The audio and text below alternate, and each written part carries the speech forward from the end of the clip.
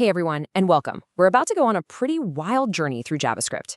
In just the next few minutes, we're going to map out the entire road for a beginner, all the way from the absolute basics to the, deep magic of how it all really works under the hood. So, think about any modern website you use. How does it just know what to do when you click a button or fill out a form? Or how does a newsfeed update in real time without you having to hit refresh? Well, that magic, all of that interactivity, it's powered by one core technology, JavaScript. So let's start at the very beginning. Part 1, the language of the web. We're going to cover the absolute essentials right now. At its heart, that's its job. If HTML is the skeleton of a web page and CSS is the skin and the clothes, then JavaScript, that's the nervous system. It's what makes everything move and respond. It's the engine that drives all the dynamic stuff you see. Now, to do anything useful in code, we need a way to store information. And that's where variables come in. Just think of a variable as a labeled box. Seriously, you give the box a name, say age, and then you put a value inside, like the number 25. Now you can just refer to that box by its name anytime you need that value. Simple as that. So if variables are the nouns, the things, then functions are totally the verbs. They're the actions. What you do is package up a set of instructions, give it a name, like send message, and then you can call that function whenever you need to do that specific thing without rewriting all that code over and over again. But what if you have a whole list of items, right? Like all the products in a shopping cart. You're not going to create a separate variable for every single one. No way. Instead, you'd use an array. It's like a single box, but with a bunch of compartments inside. It's perfect for holding a list of related stuff all under one name. And this slide right here gives us a fantastic visual for what a function does. You can think of it like a little machine. You pop in some inputs, in this case, the blue and green cubes. The machine does its thing, it processes them, and then it spits out an output, the yellow cube. That's the core job of a function. Take something in, do some work, and return a result. Okay, so we've got the basic grammar down. Now for the really fun part. Part 2, bringing pages to life. Let's see how we can actually use this code to start changing things on a real web page. So how does JavaScript actually see the web page? It sees it through something called the DOM. And the best way to think of the DOM is like a family tree for your HTML. Every single element, every heading, every paragraph, every button is just a branch on that tree that JavaScript can find, grab onto, and totally change. And this brings us to the core interactivity loop, which is really just a simple 3-step dance. First, you use JavaScript to find some element on the page. Second, you tell that element to listen for something a user does, like a click. And third, you give it a function to run when that click happens, which can change pretty much anything on the page. This super simple pattern, find, listen, change, is the foundation of pretty much all web interactivity. This quote right here, it just nails a huge milestone for every new developer. It's so easy to get stuck just printing text to a hidden console to see if your code works. But the real aha moment, the breakthrough, happens when you move beyond that and start making things happen on the visible page. When your code does something a user can actually see and interact with. Okay, now things get really interesting. We know how to change something on the page when someone clicks, but what if the data we want to show isn't there yet? What if we need to go fetch a user's profile from a server or get the latest weather report from across the internet? If JavaScript just stopped everything and waited, the whole web page would freeze. So we need a way to handle these delays gracefully. And this is where promises come in.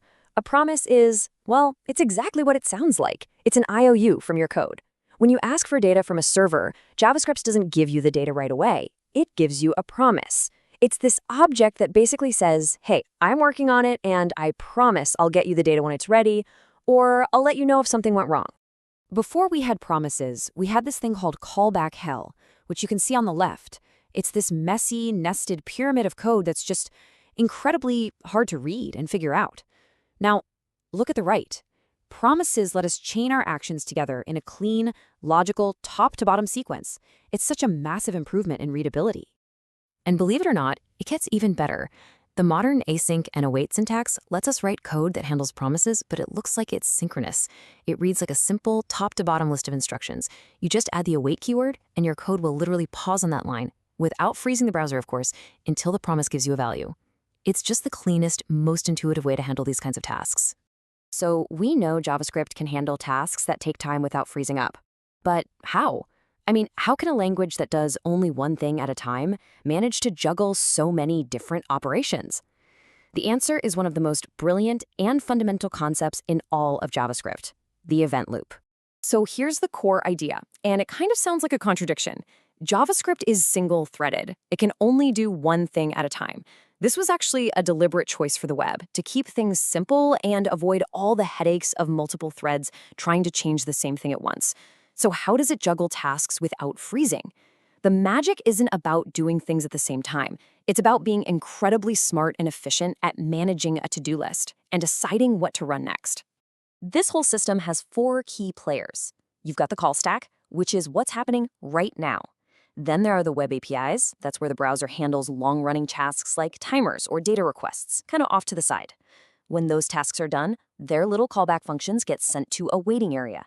And there are 2 of them, the high-priority microtask queue for urgent stuff like promises, and the regular task queue for less urgent things like timers. Okay, so let's trace the order of what happens. First, all of the normal synchronous code runs, so start and end get logged to the console right away. While that's happening, the browser sees the set timeout and sends its callback to the regular task queue. It sees the promise and sends its callback to the high-priority microtask queue. Then, once all the main code is done and the stack is empty, the event loop checks for any high-priority tasks. It finds the promise callback in the microtask queue, so it runs that first. And finally, after that high-priority queue is empty, the event loop moves on to the regular queue and runs the set timeout callback.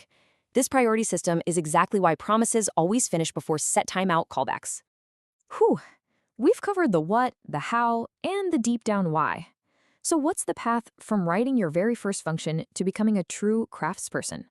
Let's talk about that final leg of our journey. A big part of mastery is learning from the collective wisdom of everyone who came before you. Design patterns are kind of like well-tested recipes for common programming problems. They're not code you just copy and paste. They are blueprints for how to structure your own solutions in a way that's robust and efficient. But look, theory will only ever get you so far. This quote from the developer Wes Bos, it just says it all. The single most effective way to get better at coding is to code. You just have to build things, lots of things. That's how you make the knowledge truly your own. And that's really the difference, right here. Reading tutorials, watching videos, like the person on the left, that's a fantastic start. But true, deep understanding, that comes from actively creating, like the person on the right. Every single project you build, no matter how small, cements what you've learned. The deepest learning always happens when you're struggling to make something work on your own. So we've laid out the entire journey, from a single variable to the complex dance of the event loop, and finally to the path of real mastery. These concepts aren't a mystery anymore. The map is in your hands. So the only question left is, what are you going to build with it first?